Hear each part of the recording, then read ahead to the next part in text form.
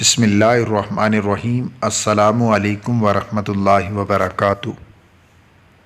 ایک دفعہ حضرت رابعہ بصری رضی اللہ تعالی عنہا کو بوجہ تھکان نماز میں نیند آ گئی۔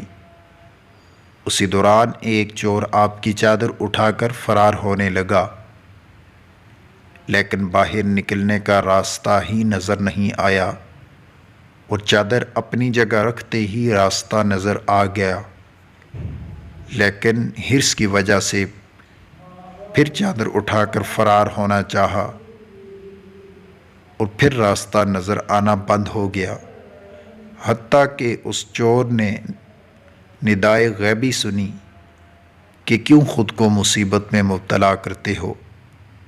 چادر والی نے برسوں سے خود کو ہمارے حوالے کر دیا ہے۔ اس وقت سے شیطان بھی اس کے پاس نہیں بٹک سکا، پھر کسی دوسرے کی کیا مجال ہے جو چادر چوری کر سکے؟ ایک دوست محو خواب ہے تو کیا ہوا، دوسرا دوست نیند سے پاک ہے۔